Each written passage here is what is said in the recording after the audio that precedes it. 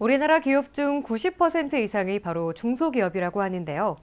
요즘처럼 경제가 어려울 때 중소기업이 살아남기는 더 어려워졌습니다.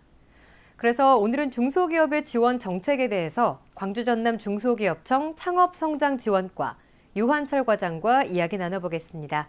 과장님 안녕하세요. 네, 안녕하십니까. 광주나 중소기업청의 유한철 과장입니다. 네, 반갑습니다. 먼저 광주 전남 중소기업청이 어떤 곳인지 궁금해하는 시청자분들이 계실 것 같은데요. 주로 어떤 일을 진행하는 곳인가요? 간단한 소개 부탁드립니다. 네, 저희는 중소기업을 지원하는 전담 중앙행정기관으로 본청은 대전에 있고요. 저희는 광주 전남 지역을 관할하는 지방청입니다. 여기에서는 상업성장을 지원하는 상업성장지원과 그리고 공공구매라든지 수출 지원하는 공공구매 판로과, 기업 애로 해소, 또 동향을 파악하는 기업 환경 개선과, 기술개발, 또 산학협력 시험 연구를 하는 재무성능 기술과 4개 과로 이루어진 조직입니다. 네, 중소기업이 어떻게 보면 우리 경제의 허리라고도 볼 수 있는데요. 최근에 글로벌 경제 악화 등으로 시름에 잠긴 분들이 참 많을 것 같습니다. 최근에 우리나라 그리고 우리 지역의 중소기업의 상황은 좀 어떤가요? 예, 시국도 어렵지만 경제 상황도 녹록지 않습니다. 수출도 조금 떨어져 있고요. 또 고용 상황도 전년 동월 대비 한 0.6% 하락한 가운데, 올해는 조금, 어, 인내하고 또 중소기업이 한테 힘을 내라고 저희 중소기업청 직원들이 열심히 뛸 한 해가 될 것 같습니다. 네, 이야기를 듣다 보니까 중소기업청에서 좋은 정책을 많이 마련해 주셔야 될 것 같은데요. 올해 혹시 새롭게 마련한 중소기업 정책이 있다면 어떤 것들을 좀 꼽아볼 수 있을까요? 예, 가장 눈에 띄는 점은 창업기업에 대한 지원입니다. 그동안에는 창업의 양적 증가를 위해서 저변 확대 사업이 많았지만, 이제는 이제 창업기업이 어려운 겪는 창업 3년 이후의 지원 사업을 강화했습니다. 그러다 보니까 창업 기능 외에도 정책 자금, R&D, 수출 활로 등 모든 분야에서 창업에 대한 연계 지원을 강화하고 예산 규모도 늘렸습니다. 그리고 또 가장 관심이 많은 정책 자금 경우에도 작년보다 2.1% 증가 3조 5천억 원 규모인데요.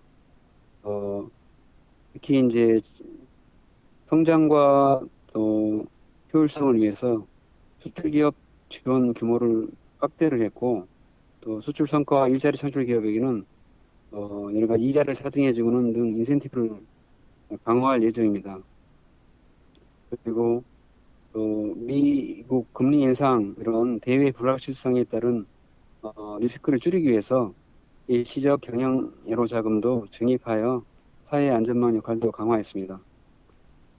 수출 분야 역시 중요한데요. 왜냐하면 수출은 그 수출 성과뿐만 아니라 그 성과를 내는 기업의 다른 자금이랄지 R&D를 지원 사업에 혜택을 주기 때문인데요. 올해는 기업이 직접 필요한 지원 프로그램과 공급기관을 선택할 수 있는 바우처 제도가 도입되니까요. 눈여겨볼 만합니다. 네, 굉장히 다양한 정책을 많이 마련하고 계신데요. 이 중에서도 중소기업들이 특히 놓치지 않아야 할 지원 정책 몇 가지를 꼽아주신다면요?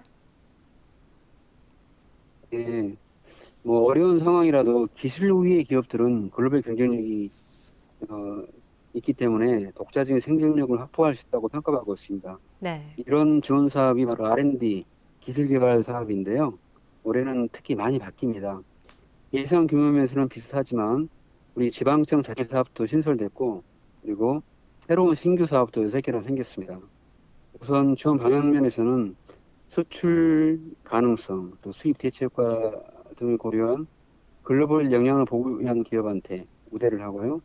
또 고용 성과를 창출한 기업, 또 그 성과를 직원들과 공유하는 기업에게는 어, 우대를 강화를 하고 있습니다.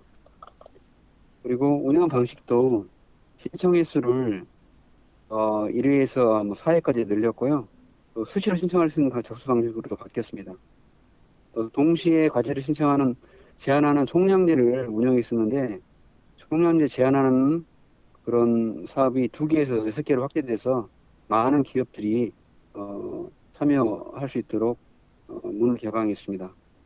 또 신청 편의를 위해서 작성 항목을 축소하고 또 분량도 되게 굉장히 길었었는데 5페이지 또는 10페이지로 한정시켜서 여기에 대한 부담도 줄였습니다. 네, 이렇게 다양한 정책들이 있지만 정작 대상자가 이 정책들을 알지 못해서 지원을 못 받는 경우도 가끔 있을 것 같습니다. 그렇다면 중소기업이 정책을 보다 잘 이해할 수 있게 하기 위해서 현재 어떤 노력들을 진행하고 있나요? 예, 저희 중소기업 정책은 5천 개나 된다고 합니다. 그래서 이 많은 정책을 정책 고객들이 한 번에 알 수 없어서 저희는 네. 중소기업 시책 설명회를 연초부터 하고 있습니다. 그래서 지금 현재는 종합 설명회를 끝내고 지역별로 찾아가는 설명회를 하고 있는데요. 또 정책 테마별로 R&D랄지 소상공인, 판로 등 개별 사업 설명회를 포함해서 1월 한 달 동안에 집중적으로 시책 설명회를 개최합니다.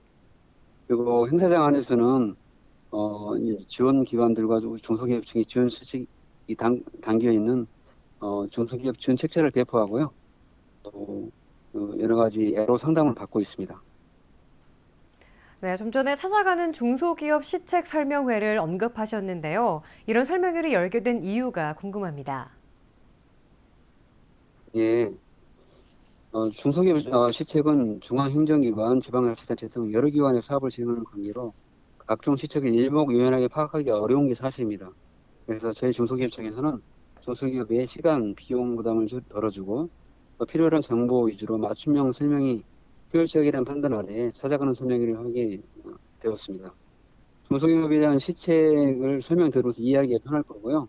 그리고 중소기업 시책 전반에 대해서 어, 중소기업 직원도 있을 수 있고 중소기업진흥공단, 기술보증기금, 신용보증기금, 소상공인진흥공단 등 이런 유관기관들 전문가들이 참가하는 맞춤형 상담도 받을 수가 있습니다.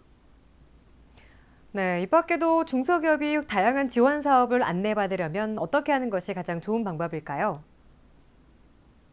예, 아까 얘기했지만 너무 많다 보니까 한 번에 이해하기 쉽지 않은데요. 네. 전 이런 시제 설명회에서 설명을 들으시고 저희가 배포하는 안내 책자를 받고 자기 사업이 필요한 부분을 발췌하셨다가 실제로 이 사업들 공고가 됩니다. 그 공고한 상황에 기다렸다가 또 저희 1357이랄지 저희 중소기업청에 안내를 받아서 지원 사업을 준비하셔서 신청 기간에 신청을 하면은 필요한 사업에 지원을 받을 수 있을 것 같습니다. 네, 그럼 마지막으로 시청자분들, 특히 중소기업 관계자분들께 한마디 부탁드립니다. 예, 뭐 여러 가지 지금 정책 시국도 어렵고 또 경제 상황도 어렵다고 하지만 저는 중소기업을 지원하면서 실제로 위기가 기회가 되는 사례를 굉장히 많이 봤습니다. 우리 많은 기업들이 어렵다고 할 때 투자를 하고 어, 기회를 다른 사람이 안 한 부분을 찾아서 한다면 오히려 위기가 기회가 될 거라 생각하고요. 중소기업 여러분 힘내시고 항상 저희 중소기업청이 여러분들을 응원하고 지원하니까 어려움이 생기면 언제든지 저희 청에 전화나 방문을 하셔서 지원을 받기를 권해드립니다. 네, 오늘은 중소기업의 주요 지원 정책에 대해서 알아봤습니다. 과장님 오늘 말씀 고맙습니다. 네, 감사합니다. 네, 지금까지 광주 전남 중소기업청 유환철 창업성장지원과장과 이야기 나눠봤습니다.